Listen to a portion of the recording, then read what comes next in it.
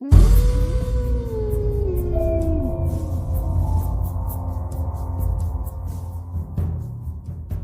कहानी की लेखिका है सोनिया सैनी। रात के 2 बजे का समय था। सारी तैयारियां हो चुकी थी। हवेली के हर हिस्से में नाइट मोड कैमरा लगा दिए गए थे। कुछ दूर पर एडवांस ऑडियो रिकॉर्डर के अतिरिक्त डिजिटल मल्टीमीटर फिट किए गए थे। रिद्धि को एक कुर्सी पर बांधा गया था। वहीं अनंत अपने इलेक्ट्रोमैग्नेटिक डिटेक्टर के साथ रिद्धि के ठीक सामने पूरी तरह से सतर्क और हर आहट पर नजर रखे हुए था। प्रिया और संभव अपने अपने मीटर लेकर पूरी हवेली की ऊर्जा का ग्राफ बनाने में लगे थे। बीप बीप सन्नाटे को चीरती हुई एक आवाज प्रिया को यंत्र से सुनाई पड़ने लगी थी। अचानक ही प्रिया का मीटर रसोई के पास उच्च ऊर्जा का संकेत देने लगा। प्रिया के माथे पर सलवटें पड़ी और उसने अपने सूखते हलक में 2 बूंद पानी के उतारकर रसोई का रुख कर लिया। किसी समय गांव के सरपंच की रिहाइश या यूं समझिए अय्याशी की मुख गवाह बनी यह हवेली आज अपनी दुर्दशा पर आंसू बहाती है। हवेली के नाम से ही आसपास के 4 गांव के लोग कांप उठते हैं। ठाकुर की आखिरी पुश्तों ने तकरीबन 40 साल पहले ये हवेली छोड़ दी थी। छोड़ी क्या थी, अपनी जान बचाकर भागे थे यहाँ से।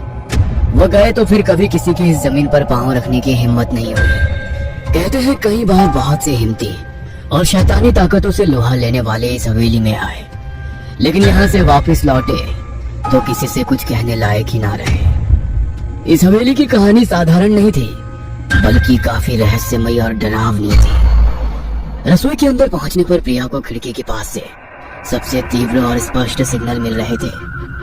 दूसरी तरफ संभव भी पूरी हवेली में सिग्नल का पीछा करते करते रसोई के पीछे की तरफ गार्डन में हाई सिग्नल देखते हुए पहुंच गया था। दोनों ने एक दूसरे को देखा और हाथ में पकड़े ग्राफ पर एक गोला खींच दिया। उन दोनों के हाथ में पकड़े मीटर का कांटा ये संकेत देते हुए शोर मचा रहा था कि उसे वहां कोई ऊर्जा मिल गई है। अचानक प्रिया और संभव के पास सिग्नल कमजोर होने लगे और अनंत के कमरे में लगे मीटर से बीप की तेज आवाज आने लगी।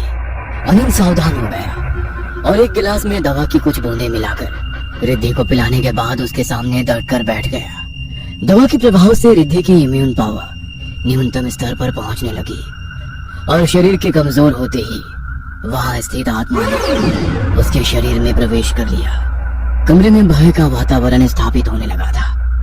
बाहर के कमरों से फुसफुसाहट और लोगों के चहलकदमी की आवाजें विचलित कर रही थी। कैमरा टूटकर नीचे गिर गया था। किसी एनर्जी को डिटेक्ट करने वाले सारे इंस्ट्रूमेंट एक साथ बीप की आवाज करने लगे थे। बाहर से उल्लू की हो की आवाज वातावरण में खौफ का मिश्रण कर रही थी। इसी बीच रिद्धि ने गर्दन को गोल गोल घुमाकर अचानक कुछ आवाजें निकालनी शुरू कर दी। क्या चाहिए तुमको? हाँ, भयानक डरावनी आवाज को झटकते हुए अनंत ने सवाल किया। देखो, हम तुम्हारी मदद करने आए हैं। हम दोस्त हैं, हमें नुकसान मत पहुंचाना। तुम्हें कुछ सहायता चाहिए तो कहो। देखो, हम जानते हैं तुम्हारे सामने हम कुछ भी नहीं, तुम्हारी शक्तियों को चुनौती नहीं दे रहे। हम बस तुम्हारी बात सुनना चाहते हैं। शायद कुछ ऐसा है जो तुम कहना चाहती हो। हम मदद करना चाहते हैं, तुम्हें यहाँ से आजाद करना चाहते हैं। अनंत की बात सुनकर रिद्धि ने पहले नजरें दरेर कर उसकी ओर देखा, फिर एकाएक सिसकने लगी। मुझे मेरे ब्याह से उठा कर लाया था ठाकुर, जिसके नाम की मेहंदी रचाई, उसने तो मुझे घूंघट के इस पार देखा तक नहीं। लेकिन ये हवशी जल्लाद हर रात जब इसका मन भर गया तो अपने बेटों के सामने मुझे ले जाकर पटका। उनके लिए भी मैं बस एक दिल बहलाने का सामान थी। अपनी इस हवेली पर मुझे नाचने वाला खिलौना बना लिया था। इन सब लोगों ने हर रात महफिल सजती, जिसमें ठाकुर के साथ उसके दोस्त यार सब मनोरंजन करते। कुछ समय बाद मैं एक बेटी की माँ बन गई।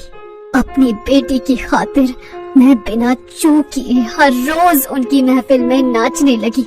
धीरे धीरे समय बीता और मेरी बेटी 12 बरस की हो गई। मेरी तरह मेरी बेटी भी उपेक्षित जीवन जी रही थी।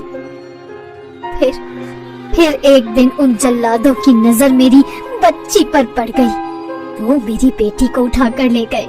मैंने ठान लिया था, जो मेरे साथ हुआ मेरी बच्ची के साथ नहीं होगा।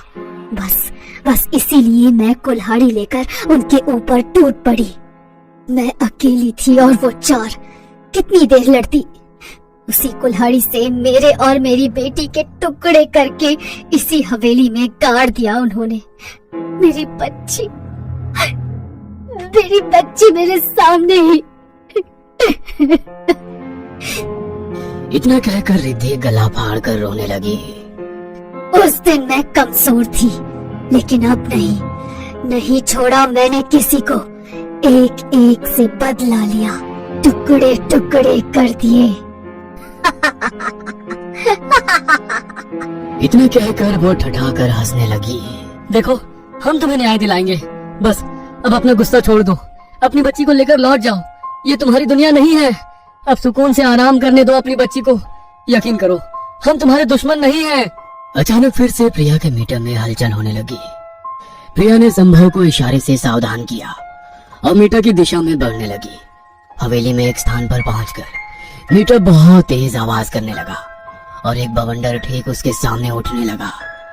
उनके पास जितने भी उपकरण थे सभी से बीप बीप सुनाई देने लगी थी। अनंत भी माइक्रोफोन से आती आवाजों की दिशा में दौड़ते हुए वहां पहुंच गया था।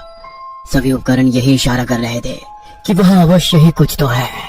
उसने कहा था कि उन्हें हवेली में गाड़ दिया था। मुझे लगता है यहाँ कुछ है, खोदो यहाँ पर। खुदाई करने पर वहां से दो नर कंकाल मिले, एक महिला का और दूसरा उसके बच्चे का। पूरे सामान के साथ उनका अंतिम संस्कार करने के बाद पुलिस ने केस दर्ज कर लिया था। सम्मान अंतिम संस्कार होने और उनकी कहानी सुनने के बाद दोनों अतृप्त आत्माओं को शांति मिल गई थी।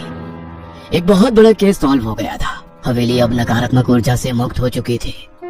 रिद्धि को ठीक होने में तकरीबन 1 हफ्ता लगा, लेकिन ये उनके काम का हिस्सा है। अलीगंज वाली हवेली का प्रोजेक्ट पूरा करने के बाद चारों शोध के विद्यार्थी लाइब्रेरी में बैठे अपने शोध के विषय पर चर्चा में व्यस्त थे। अनंत, रिद्धि, प्रिया और संभव घोस्ट हंटिंग विषय पर शोध कर रहे थे। चारों ही निडर और अपने काम के लिए पूर्णतः समर्पित थे। कितनी ही हवेलियों और खंडहरों पर अपनी रिपोर्ट लिख चुके थे चारों। कुछ तो कोई अफवाहें निकलती तो कुछ में कोई अतृप्त आत्मा फंसी मिल जाती। कुछ स्थानों पर नकारात्मक प्रभाव मिलता, किंतु वो स्थान भूतहा नहीं होते थे। अन्य विद्यार्थियों की तरह सामान्य भूत प्रेत आत्मा को ये अपना विषय नहीं बनाना चाहते थे। उनका मानना था कि ब्रह्मांड में नकारात्मक और सकारात्मक दोनों प्रकार की ऊर्जा व्याप्त है। सकारात्मक ऊर्जा पर तो दशकों से शोध चल रहा है, लेकिन नकारात्मक ऊर्जा पर कभी कोई शोध नहीं हुआ। भूत, चुड़ैल, आत्मा सिर्फ इस नकारात्मक ऊर्जा का एक प्रकार भर है। ब्रह्मांड में अवश्य ही कुछ अज्ञात नकारात्मक ऊर्जा स्रोत जरूर होंगे, कुछ अनजान शक्तियां जो है, किंतु उनके अस्तित्व का आभास मनुष्य को नहीं है।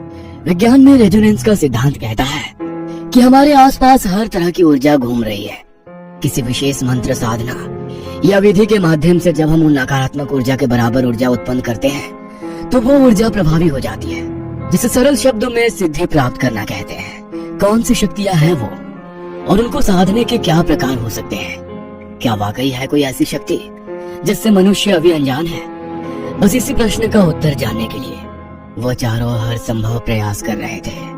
रिद्धि, ये कौन सी किताब में आंखें गड़ाए हुए हो 3 दिन से? कुछ बताओगे? यार बस खत्म ही हो गई। मैं इफरत जिन की कहानी पढ़ रही हूँ। शोध बताते हैं कि ये कहानी महज एक कहानी नहीं बल्कि एक सच्ची घटना है, जिसमें जिन के धरती पर आने और विनाश की सच्ची कहानी लिखी गई है। पढ़ते हुए मुझे ऐसा लगा मैं सच में जिन से साक्षात्कार कर रही हूँ। एक बात और बताऊं, इस किताब में लिखा है कि जिन को उसकी दुनिया से भुलाने के लिए कुछ खास मंत्र का उच्चारण किया गया था और उन मंत्रों को लगभग 250 साल पहले किसी किताब में आखिरी बार देखा गया था। वही किताब जो चांदपुर के महाराज के पुस्तकालय में रखी गई थी। क्यों ना हम लोग वहाँ चलकर उस किताब को खोजकर उस पर कुछ रिसर्च करें। जिस तरह से उसमें जिन का जिक्र किया गया था, हो सकता है किसी और अज्ञात ताकत के बारे में भी जानकारी हो। और ये बात तो तुम जानते हो ना कि हमारे पूर्वज ऐसा बहुत कुछ जानते थे जिसके बारे में अभी हमें जानना शेष है। चाहे पिरामिड हो या कैलाश पर्वत की मिस्ट्री, अभी बहुत कुछ जानना बाकी है जिनके निशान अतीत में छिपे हैं। मतलब तुम वापस उसी मनहूस हवेली में जाना चाहती हो जहाँ पर इतने लोगों ने अपनी जान गंवाई? संभव ने हैरानी से कहा। तो तुम्हें क्या लगता है तुम रात को सोने जाओगे और सुबह तुम्हें तुम्हारी पीएचडी हाथ में मिल जाएगी? हमारा काम ही है ऐसा संभव, जोखिम तो लेना ही होगा। तुम लोग बोलो, क्या बोलते हो? प्रिया ने भी रिद्धि का समर्थन किया। तो ठीक है, चलते हैं, देखते हैं क्या हाथ लगता है। चारों अगले ही हफ्ते चांदपुर की पहाड़ी पर स्थित मोर वाली हवेली के लिए निकल पड़ते हैं। हवेली पर पहुंचने पर देखते हैं कि हवेली बिल्कुल सुनसान पड़ी हुई है। कबूतरों की गुटुरगू के अलावा कोई और आवाज वहां सुनाई नहीं पड़ रही थी। जगह जगह से टूटा फूटा ये महल अपनी भयावहता की गाथा खुद सुना रहा था।